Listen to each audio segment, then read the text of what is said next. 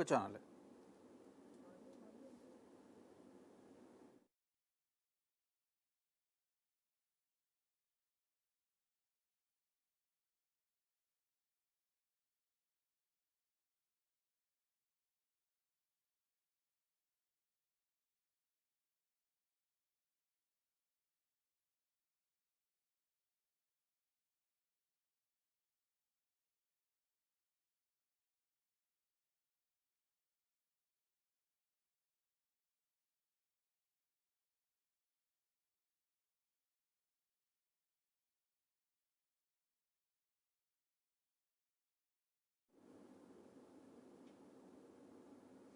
Hello everyone, welcome to ACE Online and welcome to the daily current affairs session. So we will see the current affairs of 3 days, that is 3rd, 4th and 5th August 2024, right? So there are few extra articles because we haven't covered in the last 2 days as well. So a little bit lengthy session can be expected, right? So before discussing these things, the people who are preparing especially from Telangana, so we have a new calendar, so there's a lot of current affairs will be there as part of your examination, whether you are writing the technical exams like assistant executive engineer or you are writing any groups, you will be having a lot of current affairs. So you should be thoroughly understood the issue and then also remember the facts, right, to strengthen your current affairs preparation, fine. So it's just a cautious thing to make you understand the importance of current affairs, right? So these are all the articles that we are going to cover for today's session. First one is Great Nicobar Infrastructure Project, right? So this is part of geography. We will see about Andaman Nicobar Islands as well, right? Not only about this project, we will see a detailed explanation about the Andaman Nicobar Islands, which are all important for our exam. Then eco-sensitive zones. So this is part of environment, right? Then we have disaster management amendment bill. A recent proposal has been made as part of the ongoing budget, right? So we will see what is actually disaster management act. Then we will come to the recent proposals for the bill, right? So this is part of disaster management, right? Then we have Lakhpati Didi scheme, right? So this is part of schemes and policies. Schemes and policies, right? Next one, Pradhan Mantri Surakshita Matritva Abhiyan. Again, schemes and policies, both are related to women, right? So very important provision. This question has been asked this year civil services. UPSC 2024 prelims, there was a question from Pradhan Mantri Surakshita Matritva Abhiyan, right? So this is part of again schemes, policies, right? Then Axiom 4 mission, this is part of science and technology. Partially we have discussed few days back about Gaganyaan as well. So it is linked to this Axiom 4 mission as well. We will see how it is linked, right? Then we have Manrega scheme, MGNREGS, right? So this is again part of schemes, right? Or social issues, economy as well, because this scheme is related to the employment as well. Then we have non-performing assets, this is part of economy.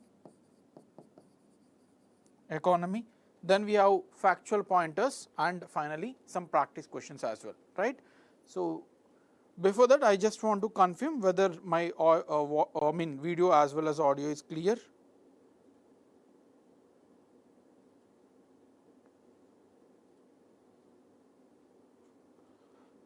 Okay, so let's start with the first article, that is Great Nicobar Infrastructure Project. You all know that recently, if you're following even the social media also, there's a lot of hue and cry from certain sections, especially those experts who are working in environment, that any infrastructure that will be constructed in Andaman Nicobar, which is an eco-sensitive region, that means it is ecologically a very fragile region, there will be some disasters, like you have seen recently in Kerala, how the landslides has affected the people as well as the ecology there, right? So there was a criticism about the project, but also there is a requirement of the development in these islands, right? So Andaman Nicobar Islands, which are located at the center of Bay of Bengal, is a very strategically important part for India, right? Because the water body is connected to the South China Sea as well, the role of China can be contained, right? And also there's a lot of development required to integrate the people there, right? So for that, the government has proposed a lot of infrastructural proposals. We will see those as well, what infrastructural proposals has been made, right, and what is the criticism as well, right. So this is why the context I am talking about, why we are discussing this particular article, right. This is the context. Now, before knowing about the Andaman Nicobar Infrastructure Development Project, let's understand about Andaman Nicobar Islands, right. So this is the map or the location. Sure, Nishant, Indian geography we will start. It's like offline is going on and online also we will start, right. So you can contact the concerned persons, like what type of program you are talking about, right. So this is Andaman Nicobar Islands. These are located in the Bay of Bengal, right. So it is located between Andaman Sea as well as the Bay of Bengal and as part of Indian Ocean, fine. So we will see a very important facts related to the Andaman Nicobar. Before knowing the facts, let's understand how these are formed, right. So in geography we have a plate movement, like if under the whatever you are standing on the earth surface, below that the entire earth, especially the upper crust as well as upper mantle, we have all the plates. Earth is completely with a lot of plates, right. There are two plates, minor plates of course. One is Indian plate where India is located, and then Myanmar plate, the Myanmar country which is standing over it, right. So the two plate has strike each other and then it lead to the formation of the Andaman Islands. So the formation is due to the plate collision between Indian plate and the Myanmar plate, right. So you need to understand the formation as well, and this is part of the Arkan-Yoma range. It is a southward extension. It is we cannot say it is a part. Earlier it was part, but now it is a southward extension. That means above that, above the Andaman Nicobar Islands, we have a Myanmar, and there is a Arkan-Yoma range. How we are having the Himalayas ranges, the same way Myanmar is also having Arkan-Yoma ranges, a continuous chain of mountains, and these are extension of the Arkan-Yoma ranges. All right. So very important fact as well. Now let's go a little bit more factual elements about the Andaman Nicobar Islands. A total of 572 big and small islands are located in the Andaman Nicobar Islands, right. And then the latitude and longitude, you need to know, in especially the state PSCs and all, they are asking about the latitudinal extent as well as longitudinal extent. To what latitude the geography is extended, to what longitude the geography is extended, right. So these are the latitudinal and longitudinal extents. So of course you can see latitude is this, right, a horizontal lines on the earth, imaginary horizontal lines.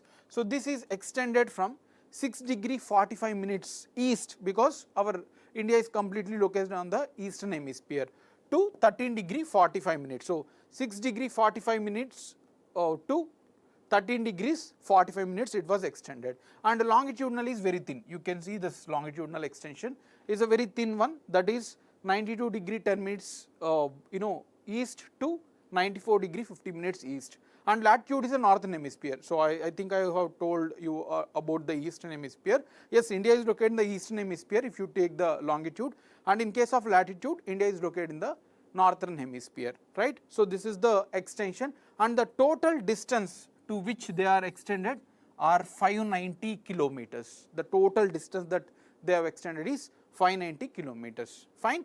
And this Andaman Nicobar Islands are divided into three main groups. One, north, middle and south. Before that, let's understand the map here. Very good evening. Let's understand the location here, the Andaman Nicobar Islands.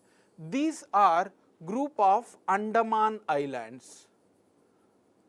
Andaman Islands, right. So these upper ones, and these are Nicobar Islands. This group are called as Nicobar Islands, okay. Andaman and Nicobar. So both are joined together called as Andaman and Nicobar. And within Andaman, again there are three divisions.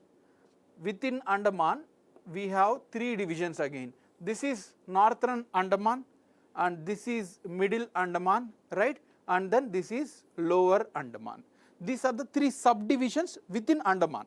And there is one more extension, that is Little Andaman. You need to remember then in the north to south direction as well, a very important one to be remembered, right? So North Andaman, Middle Andaman, Lower Andaman and Little Andaman. And the capital of Andaman Nicobar Islands is Port Blair. This is located in the Lower Andaman or South Andaman, both are same, Lower Andaman or South Andaman it is called. A very important fact. Many times students confuse and they will answer it as wrong. They choose North Andaman or Middle Andaman, but this is part of Lower Andaman as well as also called as South Andaman, right? And this region which divides the Lower Andaman with the Little Andaman is called as a Duncan Passage. Duncan Passage. Fine. So this Duncan Passage is the region between South Andaman and Little Andaman. Fine. And between Andaman Nicobar, Andaman Islands and Nicobar Islands, this space is called as the 10-degree channel. 10 degree means it is a latitude which is passing between this 10-degree channel, right? So important facts to be remembered about the Duncan Passage, and then we have 10-degree channel. Fine. And coming to the Nicobar Islands, the northernmost Nicobar Islands is nothing but Car Nicobar. Car Nicobar is the northernmost Nicobar Islands among them, and southernmost is Great Nicobar. This is the southernmost, this is the northernmost within Nicobar Islands, right?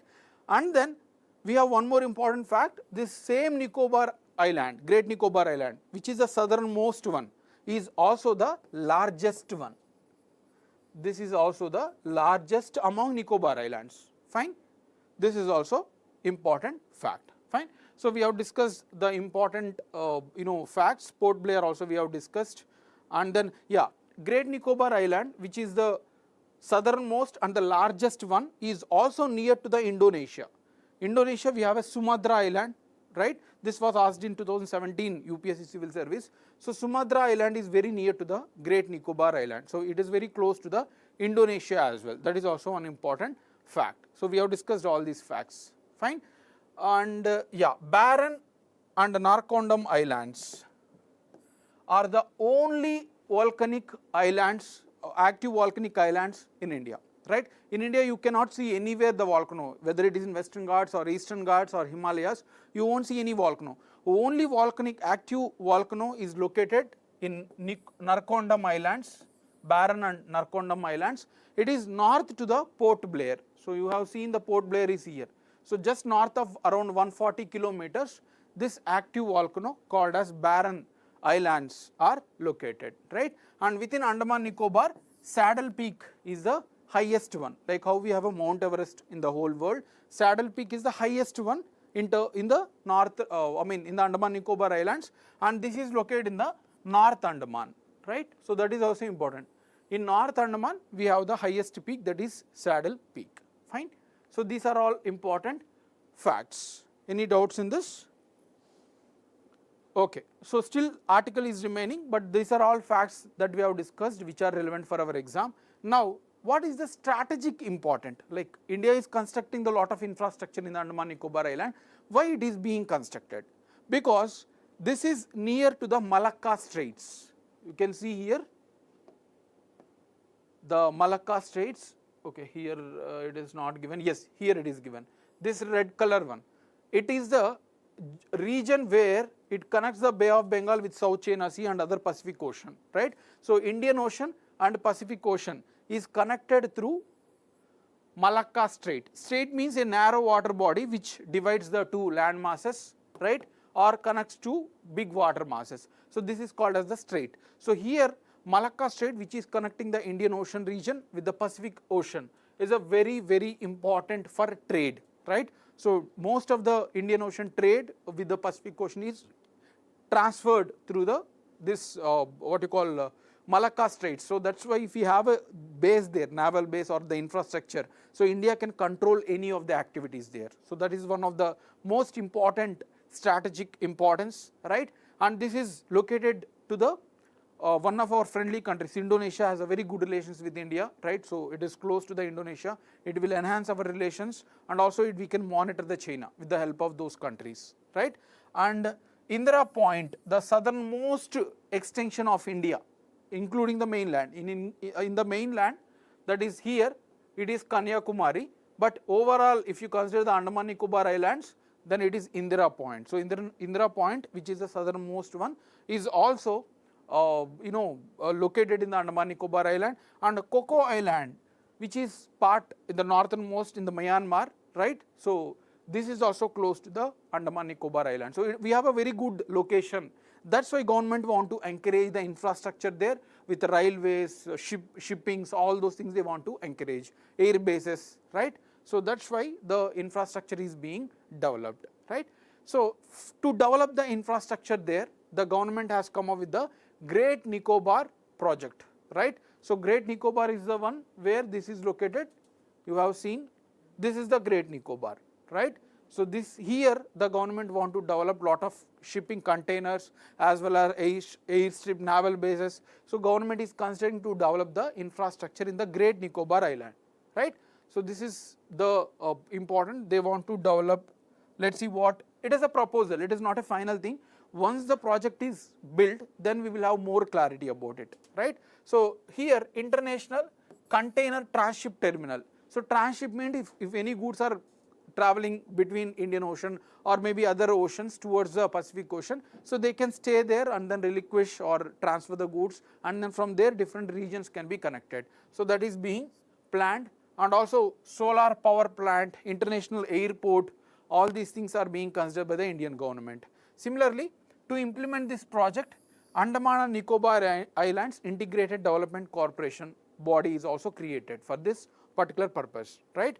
And the area of project, all the projects together is including 16,610 hectares, fine, and it is closest to the Malacca Straits. So this is the proposal, and now the criticism, why it is being criticized.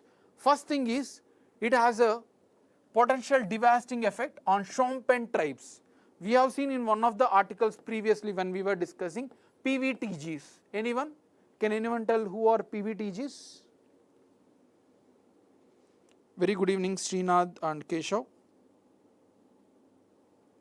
We have discussed this, particularly vulnerable tribal groups. There are 75 in India, right? Out of more than 500 or 600 tribes, 75 are very particularly vulnerable. That means their number is very less and are still dwindling.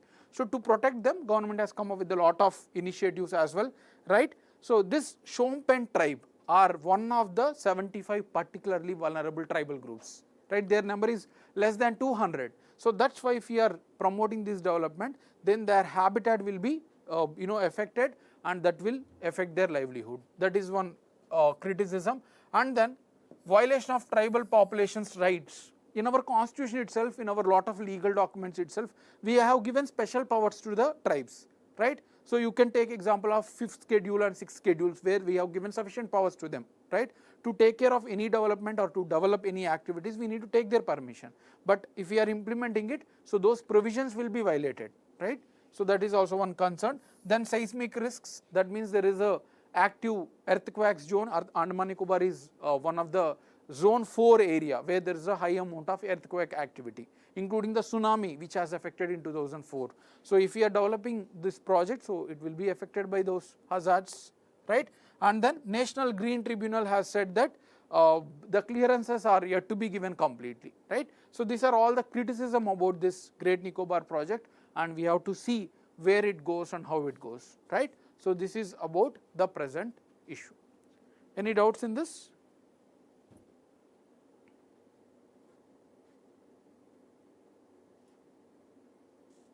I hope that is clear. Let's move to the next article, second article, that is eco-sensitive zones. Eco-sensitive zones. The context why we are discussing this article is, recently you know that landslides has occurred in Kerala, that is part of Western Ghats itself.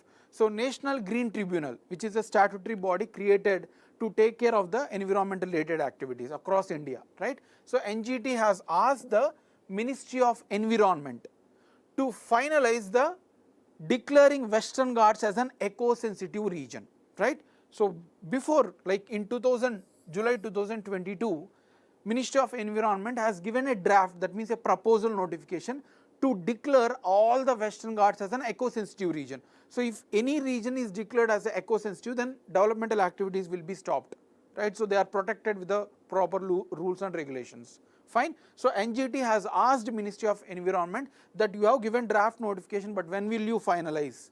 When will you finalize the complete proposal for the eco-sensitive zone for the Western Ghats, right? So they have asked this question, that's why it has become in news.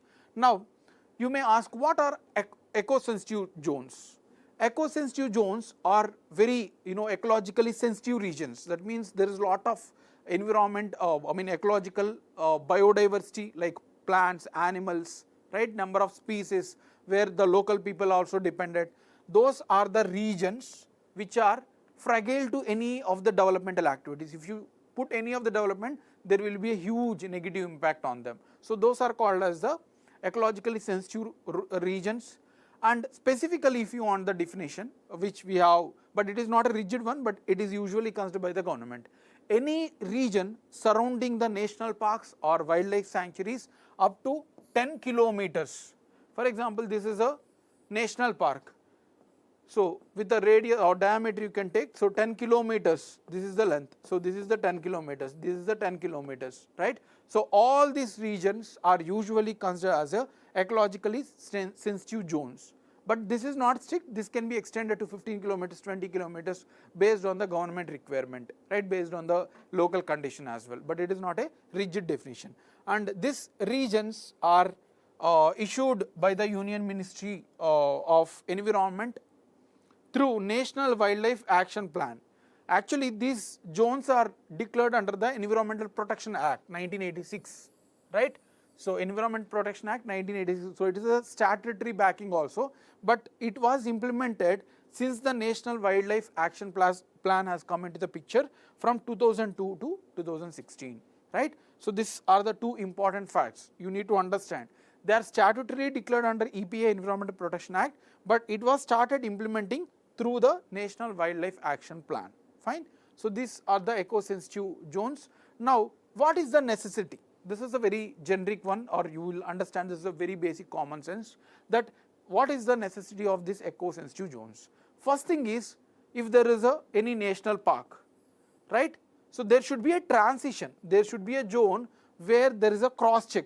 So any people will not be entered, because if these zones are not considered, then immediately if any negative thing will happen, so all this zone will be affected. So that's why they act as a buffer zones to the protected areas. That is one important thing, important necessity. Second one is to protect the local people, local tribes who are depending on the nature.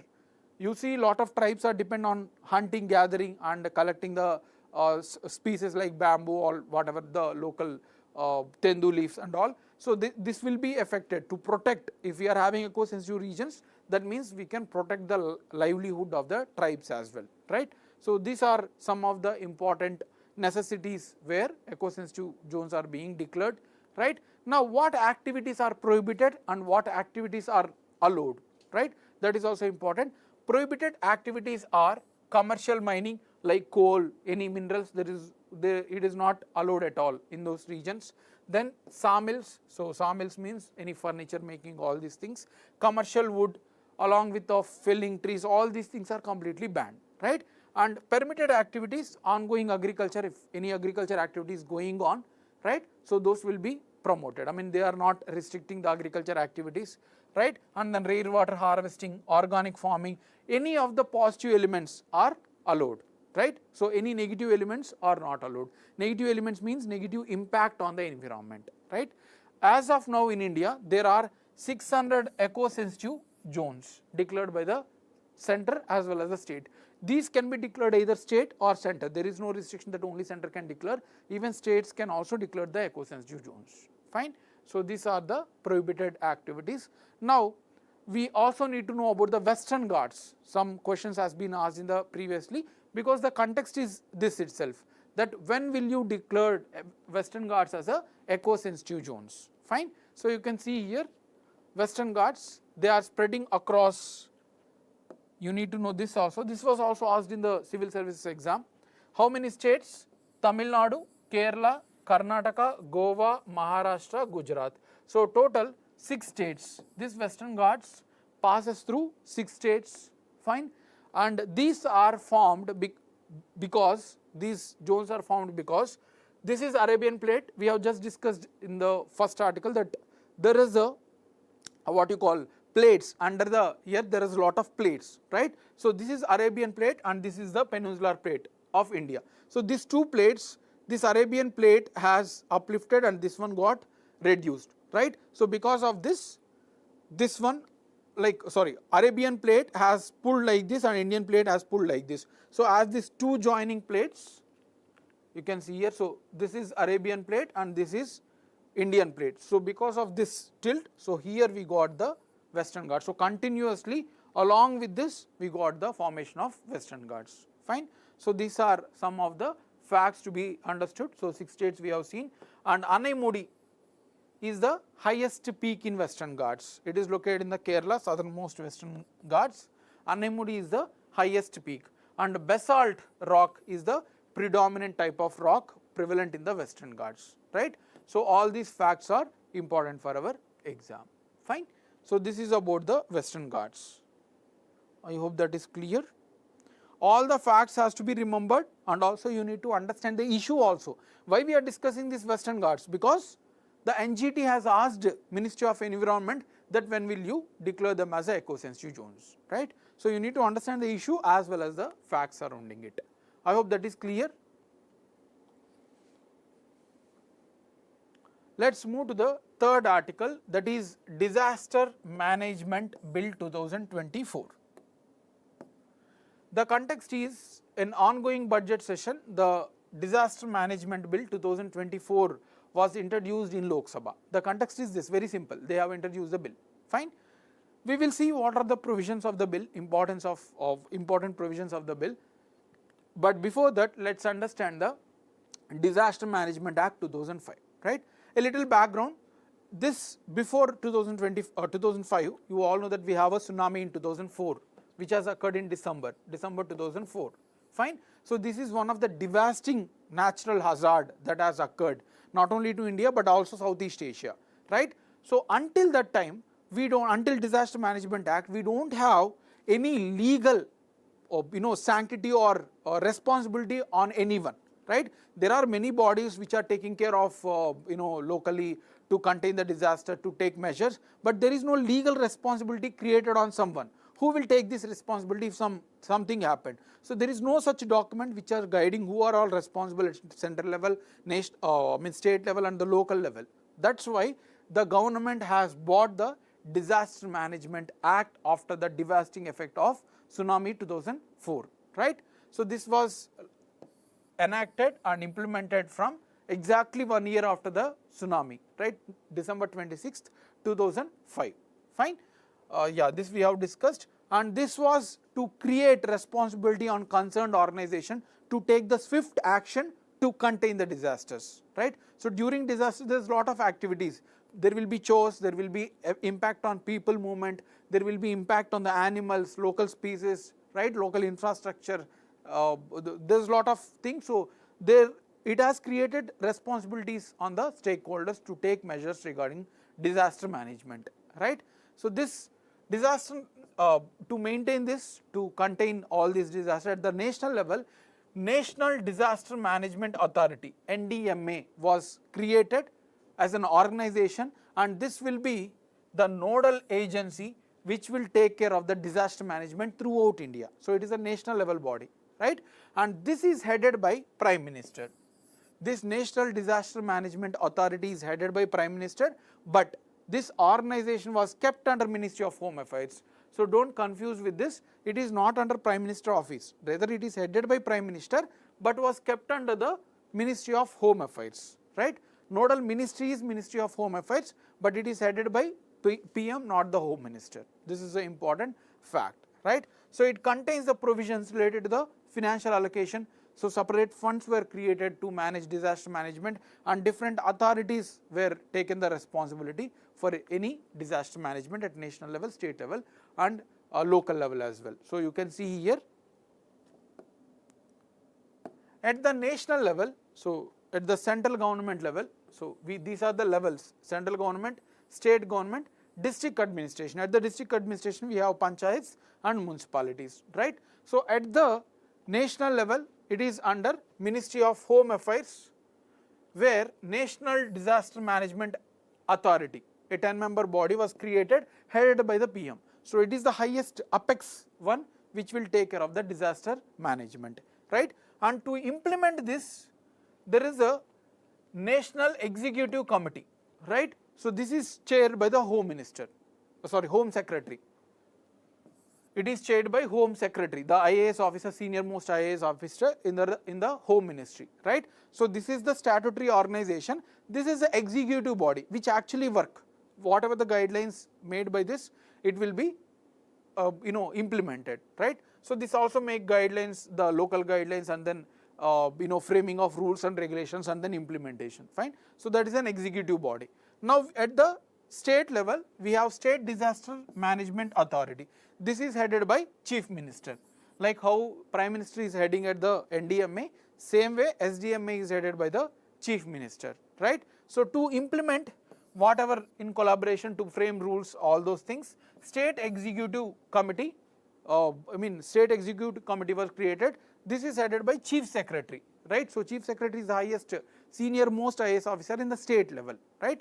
So this is taken care by the Chief Secretary to implement at the state level. Finally, we have a district administration also, District Disaster Management Authority. It is headed by the district magistrate or IAS officer, right? So for that particular district. So this is the hierarchical way where they are going to implement, put responsibility on the individuals. Fine. So this is the legal institutional framework of disaster management. I hope this is clear. Now we will move to the key provisions of the bill. Now government has come up with the Disaster Management Amendment Bill. So that's what the context is. Why we are discussing all this Disaster Management Act? Because they have bought the bill. So now we will see, we have seen the discussion on Disaster Management Act. Now let's see what are all the changes in the bill, right? So first important one is disaster database. So there should be a database. That means once the disaster is over, usually we won't care. Okay, it's done. We have given money. We have allocated all those things, whatever required. Now we will forget. So this is actually the present situation, right? But those disasters will repeat again. For that particular purpose, disaster database will be created where everything related to the disaster, any particular disaster, for example, Kerala landslides has occurred. Why it occurred, when it occurred, what are the reasons, right? What measures has been taken, every data, how many funds has been allocated, all these will be created as a separate database in the disaster management database, right? So to implement the data, to collect the data and then analyze it for future purposes, the government has come up with this disaster database, right? Expenditure, all those things will be kept at one place. Fine. Then we have disaster plan. Earlier, the NDMA and SDMA were just authorities which are regulating, right? So at the local level, these will be acting.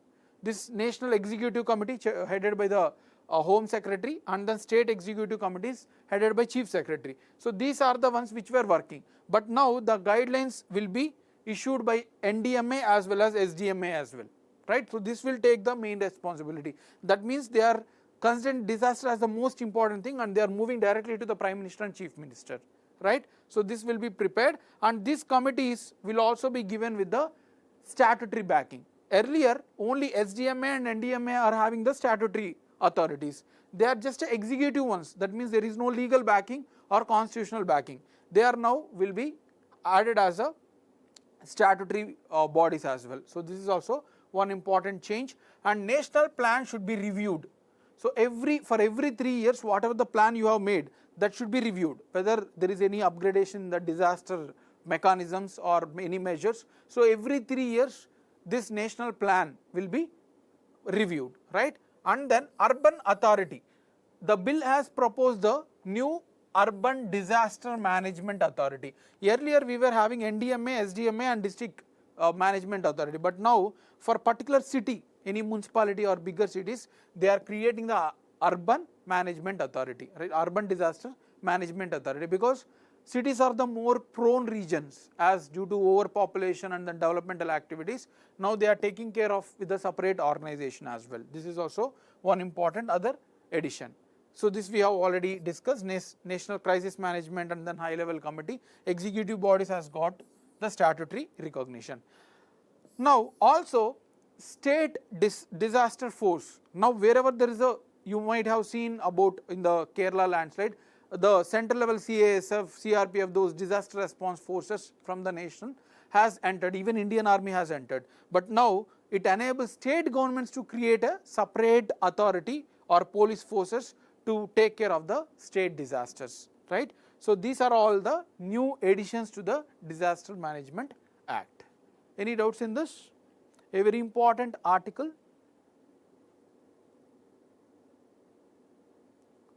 Any doubts in this?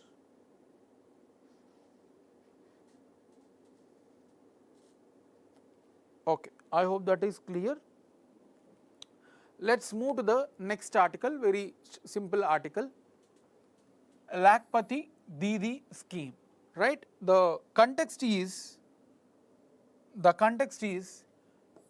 the Ministry of Rural Development recently, like on Friday, has given a note to the Lok Sabha that Lakhpati Didi scheme is not a separate scheme, rather it is being implemented under National Rural Livelihood Mission. It is being implemented under National Rural Development, National Rural Livelihood Mission, right. So this is being implemented under the particular scheme by the Ministry of Rural Development. They have given a clarity, right. So to the Lok Sabha.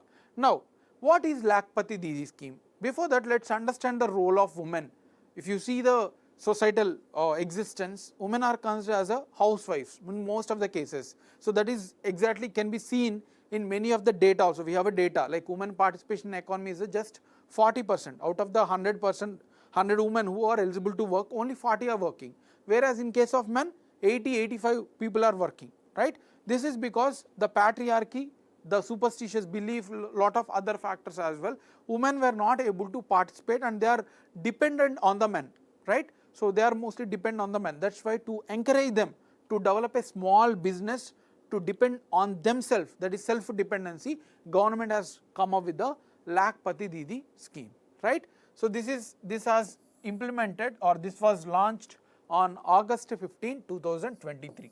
So this is a new scheme, right. And the aim is, we have already discussed, the main aim is to develop the micro entrepreneurs. Micro entrepreneurs means a small business. You can see papads or BD manufacturing, right. So any of the small business which are having a less amount of investment but can generate an income which can earn a significant to the woman, right. So this is the objective of the scheme, to develop the micro businesses at the local level, right.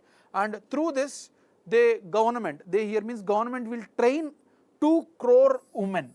They will develop with a lot of skills like LED, plumbing, right, repair, tailoring. All these are small skills which can generate a lot of income. So government is going to train 2 crore women for the skill development, fine. And also it will encourage the build-up of self-help groups. Self-help groups means a voluntary organizations. For example, a woman will not be having lakhs of rupees to invest, but a woman can earn a small amount like 10,000, 5,000, and if all the women come together, it will become a big investment, and then they will invest, they will do small business, whatever the profits they come, they will distribute among themselves. So those are the self-help groups. So through this particular scheme, they are developing skills, they are also encouraging self-help groups, and then the ultimate aim is at least per year, each woman should earn 1 lakh rupees. The ultimate goal is to make women to earn at least 1 lakh rupees per year, so that she can spend their own money without depending on the other persons. So that is the ultimate aim of this scheme, right. So this is initiated under Deen Dayal Antyodaya Yojana, National Rural Livelihood Mission. So already there is a scheme, National Rural Livelihood Mission, right, by the Ministry of Rural Development. Under that they are implementing the scheme, right. Now briefly let's see about the Deen Dayal Antyodaya Yojana, National Rural Livelihood Mission as well. This is the scheme of Ministry of Rural Development, and the goal is to reduce the poverty. You can see the poverty in the rural areas is very high, right. So that means they were not able to even get a minimum amount of money to sustain their livelihood. So through this scheme, government want to reduce the poverty by developing skills which can generate their employment, right. So this is the scheme, this is the main scheme under which Lakhpati Didi scheme is being implemented. This is about the Lakhpati Didi scheme. Any doubts in this?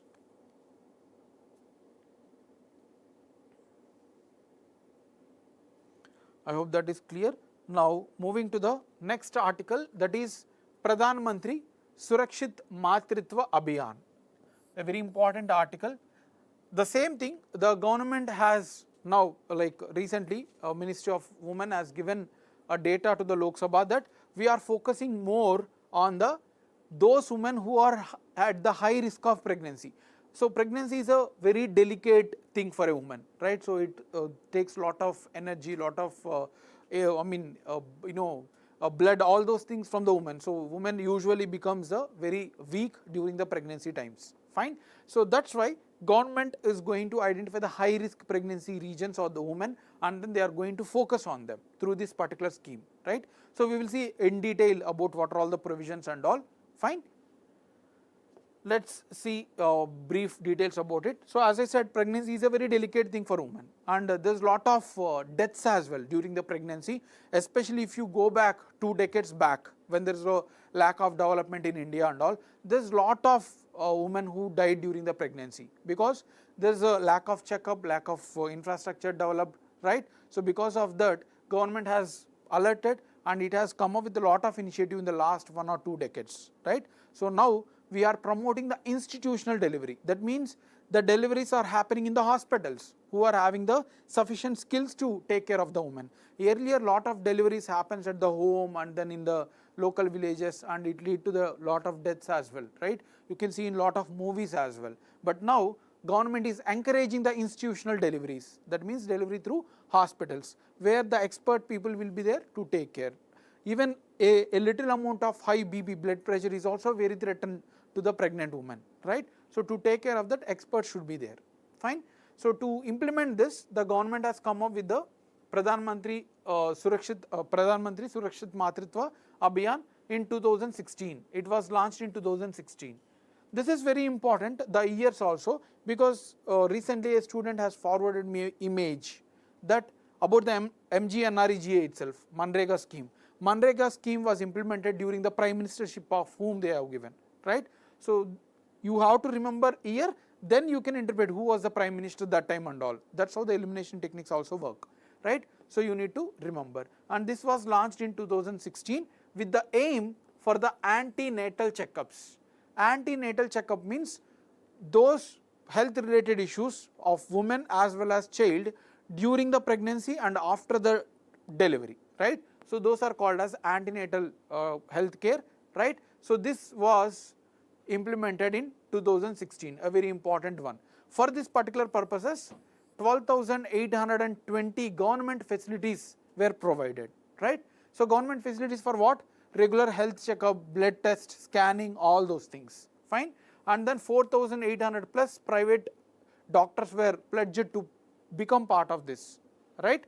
So this is how the scheme was launched in 2016, right?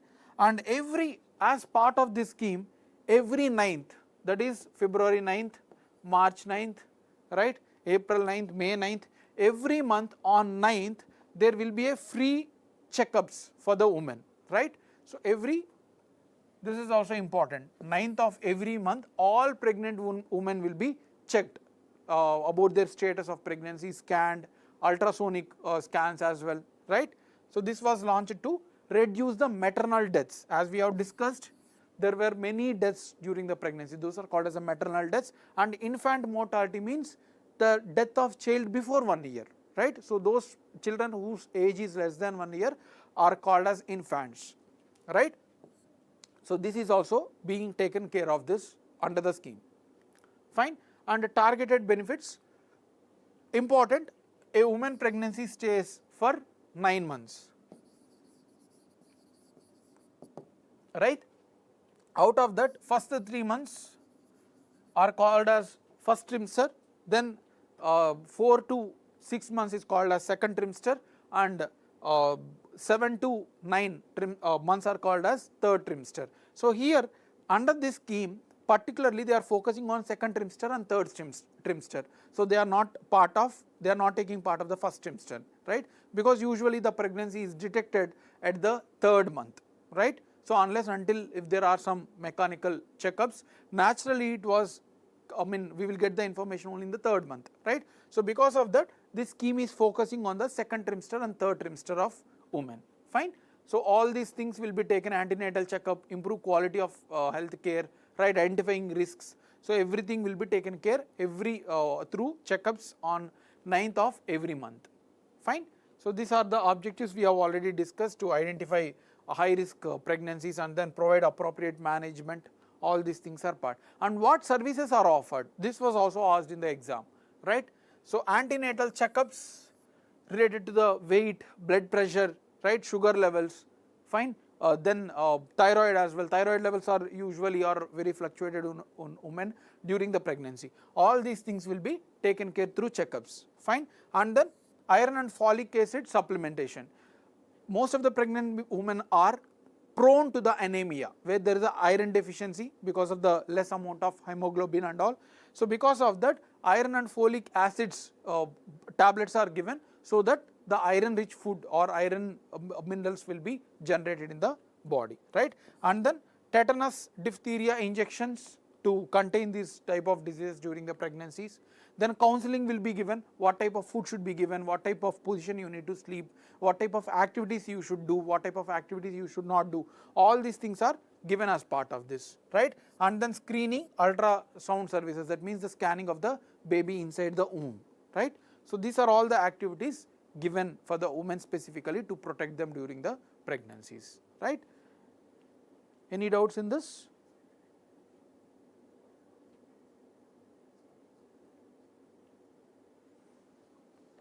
Okay, we'll move to the next article, axiom 4 mission. So you can expect a question from this, because 2 Indians who are part of Gaganyaan mission were being involved in this axiom 4 mission. That's why it is a very, very important one. See, this is the thing, like a lot of students has lack of patience when they are reading the bigger article, like you can say this one or any other articles which are big, they just want the facts, but in the actual exam you won't be able to remember. If you mug up just the facts, you won't be able to remember. You need to understand the issue also, right? That's how you need to generate your preparation. You cannot just by heart everything, and in exam you will fail to remember those facts, fine. So understand the issue. The issue here is our Indians has become part of this axiom 4 mission, fine. So that is the context. Our group captain, there was also question recently in one of the state PSC exams, APPSC group 1, they have given 4-5 names and who are all part of Gaganyaan mission. So now to this axiom 4 mission, 2 Indians has been selected, that is group captain Shubhanshu Shukla and group captain Prashant Balkrishnan Nair. So these 2 persons has become part of the axiom 4 mission, right? So they are going to reach out to the International Space Station. International Space Station is a location where we have kept in the, NASA and other countries has kept to test all those space activities, right? So here these 2 people are going to part of this axiom 4 mission. Now what is this axiom 4 mission? This is a private space flight. In USA, the most of the private space is dominated by SpaceX of Elon Musk. You might be aware about it, SpaceX of Elon Musk. There are many other new private space activities are coming, like Blue Origin of Amazon and then Axiom mission as well. So this is a private launch, right, which will be operated by Axiom Space, like how SpaceX is there. This is also a private company, Axiom Space, where they are going to test by putting the humans into the International Space Station. So that is the aim. The aim is to conduct the scientific research, technology demonstration in the space by keeping humans in the International Space Station. So this is just a testing one, and the significance for us is Indians has become part of it, right? So along with Indians, one of the veteran, Peggy Whitson, he is one of the veteran space astronauts, so he has also become part of this initiative, right? So the aim is to test whether they can launch the humans into the space and then they can conduct the scientific research. That is the objective of this, and this will stay approximately 14 days. This will stay up to 14 days in the space, right? So that is the small article.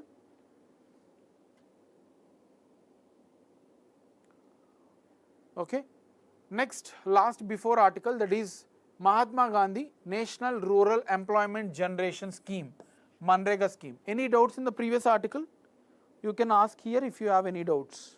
Okay. Mahatma Gandhi National Rural Employment Generation Scheme, MGNREGS, right? A very popular scheme, and frequent questions has been asked from this, right? So now the context is the one of the criticism, it was published in the Indian Express, only 90,000 rupees was released by various states, right, to as unemployment allowance, right? Earlier it was in 2022 to 23 it was 7.8 lakhs, right? But now it is just the 90,000 rupees as unemployment wages. So it is a very small number. We will see what actually is unemployment wage, why it is connected to the Manrega scheme. We will come back to the context. Let's understand Manrega scheme before understanding the context, right? So Manrega is a rural employment generation scheme which is guaranteed. For example, in rural areas, so this is a village and the people does not have employment, like agriculture, they don't have agriculture land. So under this scheme, government will give mandatory 100 days employment for anyone who is interested. Say for example, I am a person who is uneducated and staying in villages, so I want an employment. For that particular purpose, government will guaranteely give us 100 days of employment, right? And every day I will get 300, 400 rupees, like based on the different states for working it, right? So Manrega is a rural employment mandatory scheme which will enable or which will give 100 days of employment to all those persons who are interested in doing the employment, right? So this is 100 days one. And if in case the government will not be able to, right, will not be able to give the 100 days minimum employment, then employment allowance will be given for every day. For example, they have given me only 50 days in that particular year. The rest of the 50 days which government has guaranteed will be given with the unemployment allowance by the government. So this is a mandatory one. Either you will get 100 days of employment, or if you are not getting, you will get an unemployment allowance once you register with the government, right? So this is the scheme. And also through this scheme, government is also aiming to develop the infrastructure in rural areas. We required roads, right? We required other plantation where government is also involved, government land is also involved. So it is benefit for both government to create capital assets and also create employment in the rural areas. That is the objective of the Manrega scheme, right? So we will see some facts also which are important for us. It is a social welfare right to work scheme, right? It was launched in 2005 when Manmohan Singh was our Prime Minister, right? So our honorable former Prime Minister, Manmohan Singh was the Prime Minister that time. This was a question one of the students have forwarded me from Telangana State PSC exam, some exams they have asked, right? So we have already discussed this 100 days employment, and it is a centrally sponsored scheme. That means all the funds are not given by the central government, rather state governments has to spend 40%. 60% of funds will be given by the center, right? 40% has to be spent by the states, fine. And the initiative was launched by Ministry of Rural Development. Manrega scheme is also with the Ministry of Rural Development, not with the Ministry of Labour or Ministry of Finance, remember, fine. So it takes initiative to decrease the number of migration, because if there is no employment in rural areas, where the people will go? They will move to the urban areas, right? So this scheme, if they are guaranteeing the employment in rural areas, so they will halt, I mean they can stop the migration from rural to urban. This is also one of the main objectives of this, and this will be implemented through the help of Gram Panchayats. So we are also promoting the local self-government. By involving the Gram Panchayats, we are also promoting the local self-government, right? And for every, whatever the unemployment allowance, if there is no, for example, today is August 5th, right? And they did not get the employment this particular day. They were not able to give the employment this day. Now within 15 days, that means by August 20th, they will get the money, right? So these people who did not get the employment within 15 days, they will get the money, right? So that is called as the unemployment allowance, fine. And it is a equal pay. Usually if you see, there is a lot of discrimination between women wages and men wages in many of the sectors, but this scheme gives equal wages to men and women, same with the unemployment allowance as well, same for women and men. Now as this was to be paid, it was just paid 90,000. This year it was paid only 90,000. That means there was a delay in paying the amount, right? So earlier year it was 7.8 lakhs, but now it is just 90,000. So this is the context. They have provided very less amount of unemployment allowance. That means there was a delay, right? So this is the issue of that, fine. Also as part of this, there are social audits. Social audits means the impact of the scheme is estimated. So how the funds were used and what is the impact on the livelihood of the people. So everything will be audited and kept here estimated under the scheme as well. So this is also one more benefit, right? And the state governments has the power to make rules and any concerned things related to the scheme. So this will also be asked in the exam. Not only central government, states can also make rules and regulations when implementing this Manrega scheme. That is also one important thing, right? So Gram Panchayats were also involved under this particular scheme, right? Any doubts in this? A very, very important article, many times been asked in the exam, fine.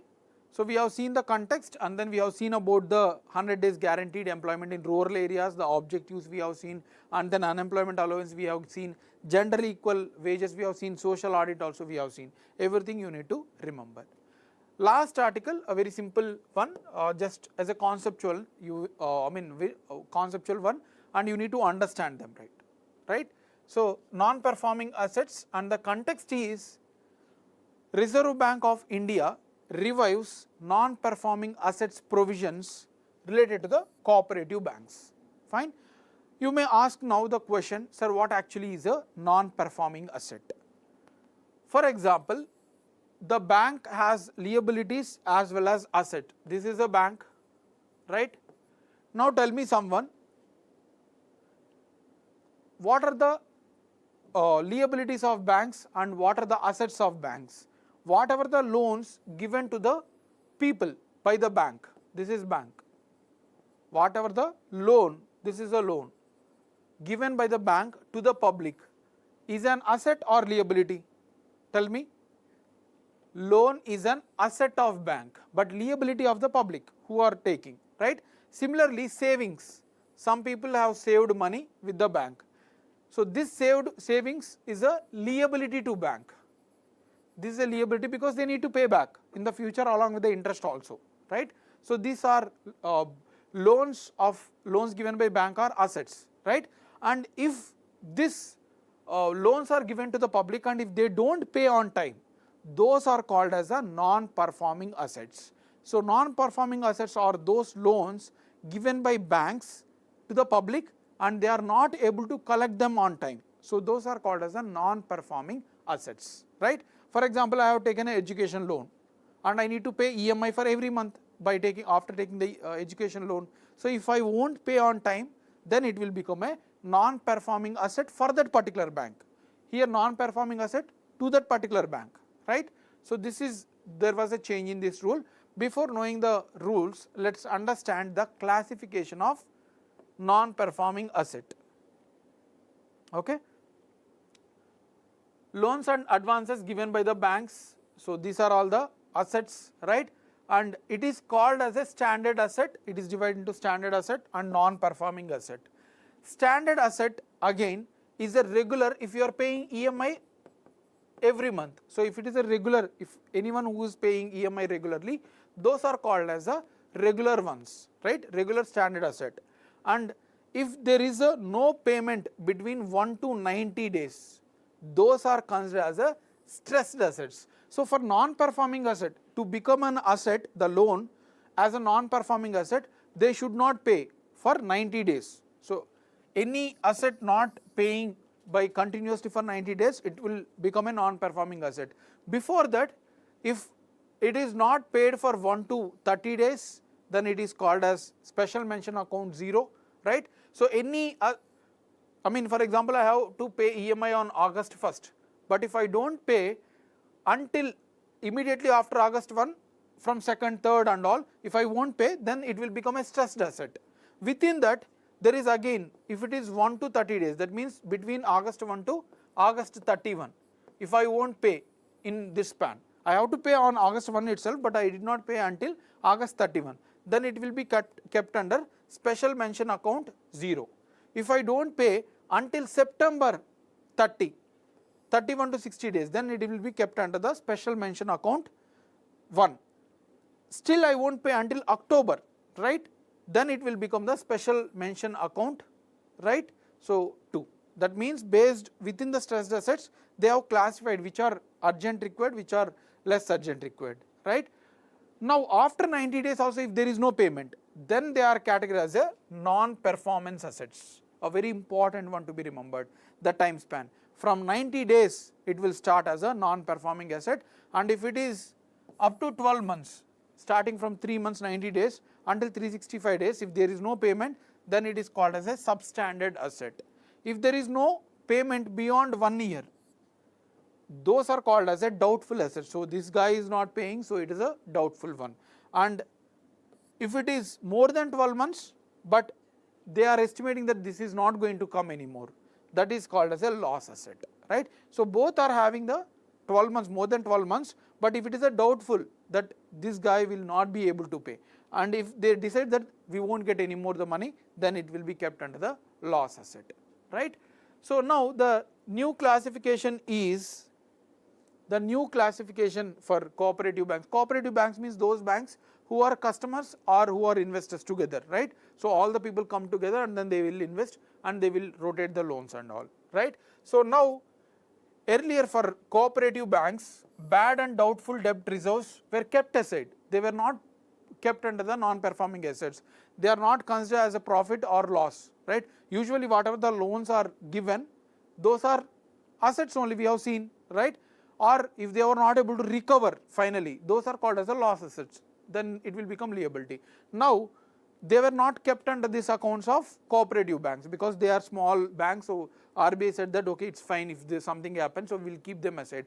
But now they are going to include, if there is a non-performing asset, then that will be part of cooperative banks lost asset, right? So this is the small classification that RBI has come up with. Fine. So this is about the main articles. Now let's move to the factual pointers. There are a lot of facts, important facts in the last 3 days. Let's see one by one. First one, the new report released by World Bank. Reports are very, very important. We have discussed many times about the reports. World Development Report 2024 was released by World Bank, the report name, right? Now under that, they have given the importance to, comprehensive roadmap for those developing countries who are in the middle income trap. So now you may ask the question, what is middle income trap? So as the country are moving towards the developed or nation, right? So as they receives the medium income, right? Medium income here is range between $1,136 to $13,845. So per capita, per person whose income, right? In between these ranges are called as the intermediary or middle income. So if any country is not going to move ahead beyond this level for continuously for some years, then it is considered as a middle income trap. That means they are trapped in that income. They are not able to grow higher, right? So this they have warned and they have given certain guidelines. No need to worry about detailed guidelines. It is a 100-page, more than 100-page report, right? So report and what is middle income trap, you can remember. Next one, athletes. Olympics is going on, right? So athletes are turning towards the genetic testing for improving their performance, right? So this is the context. Now you need to know what actually is a genetic testing.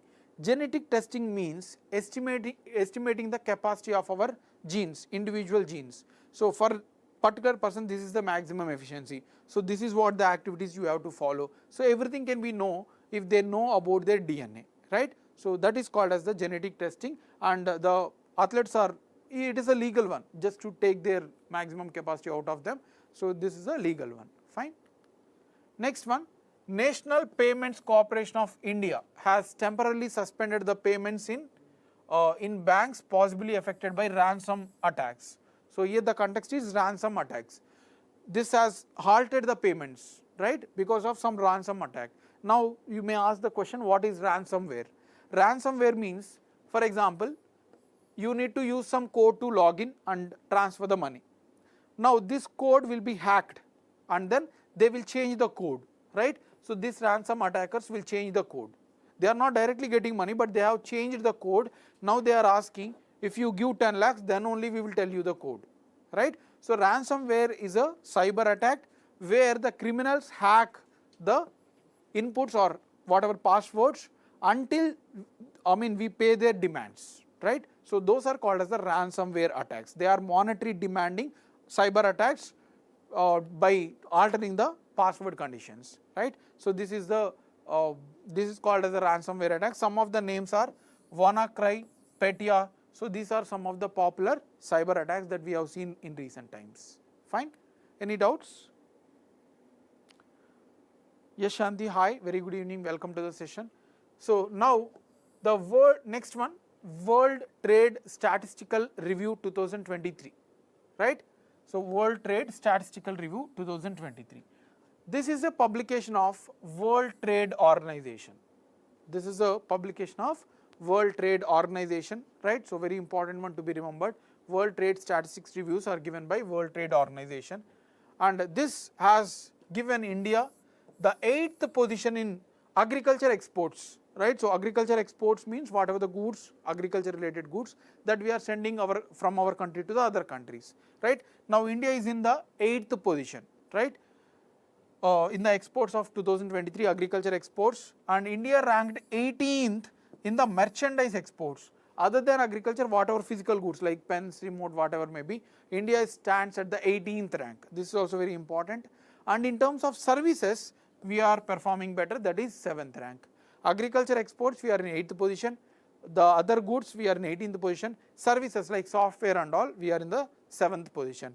And China is at the top in agriculture exports as well as the merchandise, right? And then USA, then Germany. So these are the top 3 ranks. Next one, scientists has discovered bent-toed geckos in the northeast. So where they have discovered is very, very important. It was discovered from the northeast, bent-toed geckos, fine. And this was discovered from Arunachal Pradesh, Namdapa and Kamlang tiger reserves. And in Nagaland, we have Nagaland, Manipur and Mizoram, Nengfui Wildlife Sanctuary in Mizoram, right? In Nagaland they have discovered, and Manipur, and also Nengfui Wildlife Sanctuary. This is located in the Mizoram. So both two are important for us, Namdapa, that is in Arunachal Pradesh, and Nengfui Wildlife Sanctuary, that is in the Mizoram. So they have discovered these geckos. Geckos are nothing but a type of lizards, right? Next, one more discovery, Great Four-Ring Butterfly, which is locally called as Eptima kentley. So this is a local name, right? So Great Four-Ring Butterfly. This was discovered recently in India after 61 years. These were mainly found in the China, but now in 2018, recently they have discovered from Namdapha National Park, again Arunachal Pradesh, right? This is the easternmost tiger reserve as well in India. Next one, recently Indian naval ship Tabar has participated in the Maritime Partnership Exercise MPX between India and Russia. So they may ask you exam, Maritime Partnership Exercise as recently conducted between which countries? India and Russia, and our Indian ship Tabar has participated in it, right? Next and the last before fact, that is new species of loach fish. Again new species. Species are very important, whether plant or animal, whatever discoveries happen, you have to recollect, right? Remember and then answer them. Loach fish was recently discovered from the Sonarenga and Nakama and Chaibol caves in Meghalaya. Very important. So loach fish was recently discovered from Meghalaya. Simply you can remember, right? So this fish can be found usually in the fresh waters in Central and Southern Asia. Fine. Last fact for today, Global Alliance for Improved Nutrition. So they have released, this organization has released one report called the Case for Investment in Nutrition's Food Value Chains, an Opportunity for Gender Impact. So this report was released by Global Alliance for Improved Nutrition. Fine. But more than that, for us, what actually this organization and what is the objective is very important for us. Before that, this report has called for the investments in the food sector to encourage the food nutrition, especially among women, right? So about this organization is very important for us. This is a Swiss-based non-governmental organization. Swiss here, Switzerland, right? So this headquarters is in Switzerland, and this is a non-governmental organization which was launched at United Nations in 2002. This was launched with the support of United Nations in 2022 and with the objective of reducing the human affected by the nutrition, right? So malnutrition is where proper nutrition is not provided. So to contain that, this organization has come into the picture, right? So these are all the factual pointers. We have a very good data, very good issues as well in today's news. So please try to refer them. If you are not clear, even after the session, you can comment, right? I am replying all the queries, whatever you are having, right? Let's see now. This was asked in UPSC Civil Services 2018.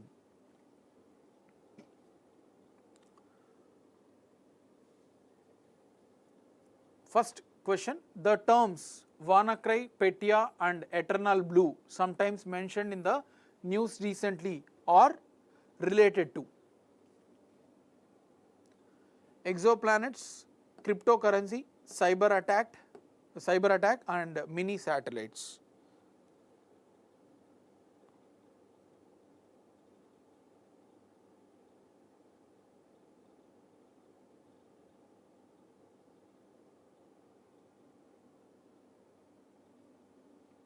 So what is the answer for this? Yes, we have discussed. So these are cyber attacks, specifically of ransomware. Yes, Swarupa and Srinath, correct. Let's move to the second question. Nengfui Wildlife Sanctuary is located in Arunachal Pradesh, Manipur, Mizoram and Assam. Correct, Ankit.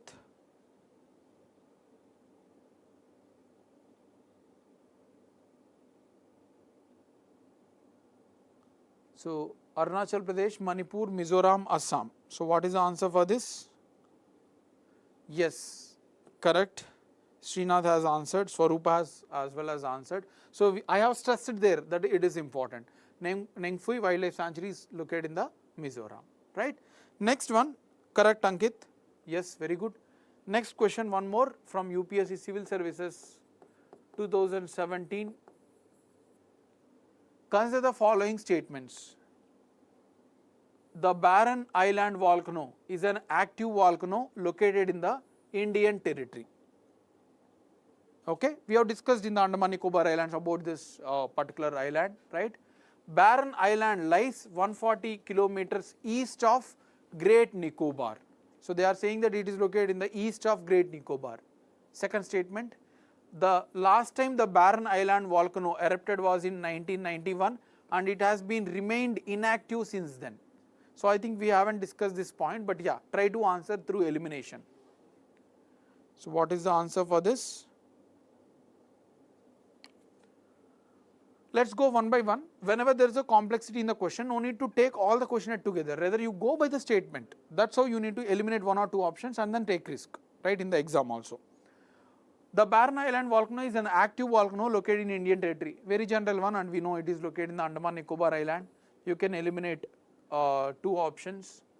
Barren Island lies 140 kilometers east of Great Nicobar. No, it is 140 kilometers north of Port Blair, right? So Great Nicobar is the southernmost one. So this is wrong statement.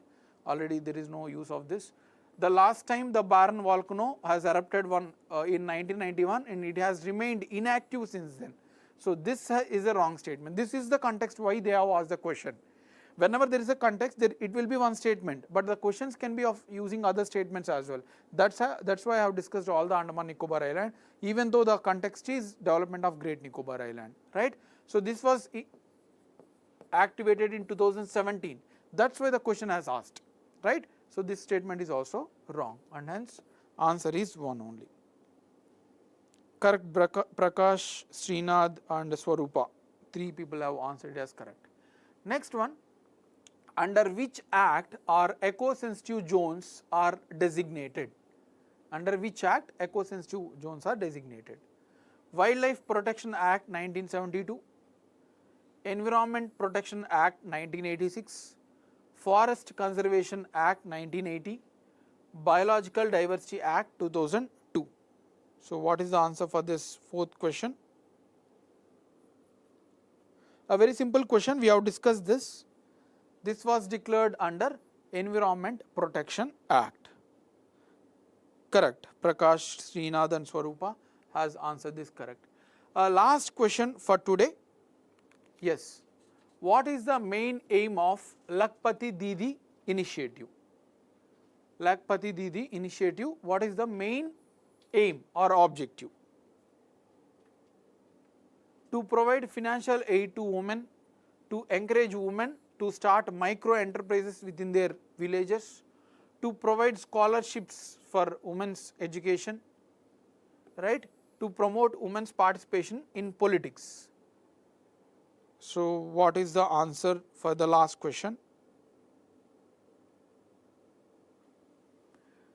Not related to women politics or not related to the women education. So you might confuse between these 2 options, but government is not directly giving any financial aid. They are providing skills and they are encouraging the self-help groups to come together and then pool their finances. So directly there is no finance as such. Rather, they are encouraging the entrepreneurship through skill as well as the self-help groups. So B is the correct option. Fine. Yes, Prakash, Swarupa, Ankit, Srinath, everyone have answered this correct. Very good. So this is of today's session. It was a little bit lengthy because of accumulation of last 2 days, but yes, I am not missing any current affairs, you no need to worry. Try to revise them and PDFs are also given. So have a great evening. Thank you. See you tomorrow.